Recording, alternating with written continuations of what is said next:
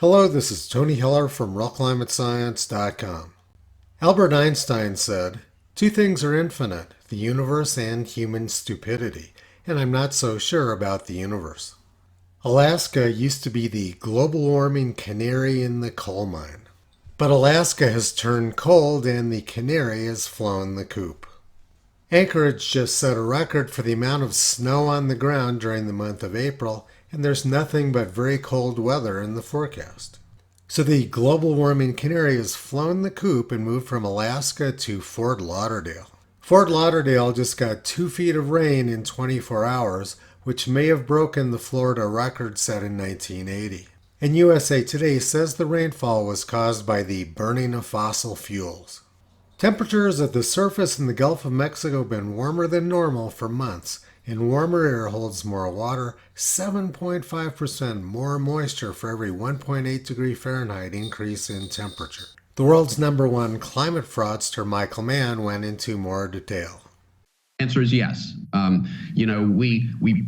We toss around these terms like 1,000-year event, and it makes it sound like, well, okay, it was just really bad luck. That's not what it means. When we say this was a 1,000-year event, means we shouldn't have witnessed it if we lived for 1,000 years. Methuselah of biblical fame should not have witnessed an event of this sort. The only reason we're witnessing it is because it's no longer a 1,000-year event.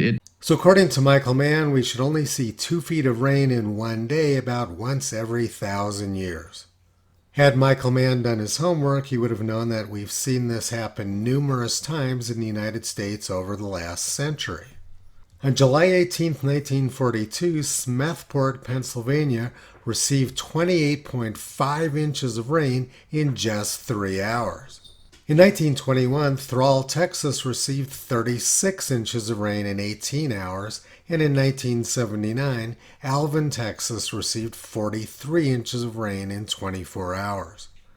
On May 31, 1935, Woodward Ranch, Texas set the world record rainfall of 22 inches of rain in just 2 hours and 45 minutes. And that world record was set just a few hours after the previous record was set in Colorado. 2 locations in Colorado received 24 inches of rain in 6 hours. This led to the worst flooding in Nebraska history, which killed hundreds of people. If USA Today writers were familiar with geography, they would realize that Colorado and Nebraska are nowhere near the Gulf of Mexico or any other large body of water. And according to Michael Mann's view of the world, the United States had 2,000-year events in just one day. And a few weeks later, on Labor Day 1935, came the most intense hurricane in U.S. history with winds over 200 miles per hour. So let's take a look at what's wrong with Michael Mann's thinking about 1,000-year events. The odds of winning the Powerball grand prize are about 1 in 300 million. There's about 50 drawings a year, so according to Michael Mann's view of the world, we should only have a winner about once every 6 million years. But people win the Powerball jackpot all the time. According to ChatGPT, hundreds of people have won the Powerball jackpot. The odds are almost 300 million to 1 of any one ticket winning the Powerball jackpot, but lots and lots of people are buying tickets. And this is the logical fallacy which Michael Mann is making. The odds of Fort Lauderdale getting a rain that big are quite small, but the odds of it occurring somewhere in the United States are not small at all.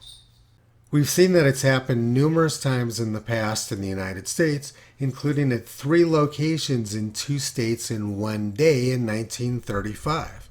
It's pretty clear that Michael Mann doesn't understand very simple statistics. And he used his very poor statistics to erase the medieval warm period and the Little Ice Age, which were well established in literature for 100 years.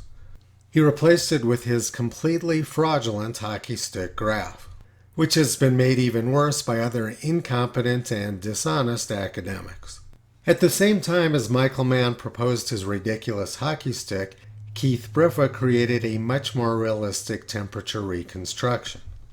The hockey stick simply doesn't exist. It's a figment of Michael Mann's imagination and bad science. Or perhaps the problem is that Michael Mann believes that Methuselah lived in Fort Lauderdale. Means we shouldn't have witnessed it if we lived for 1,000 years.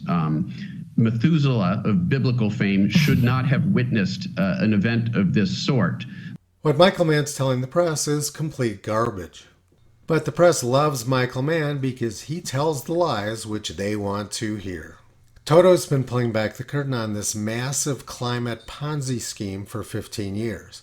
You can visit him, Kyrie, Caesar, Toki, Upala, and the 4 new puppies on the web at realclimatescience.com.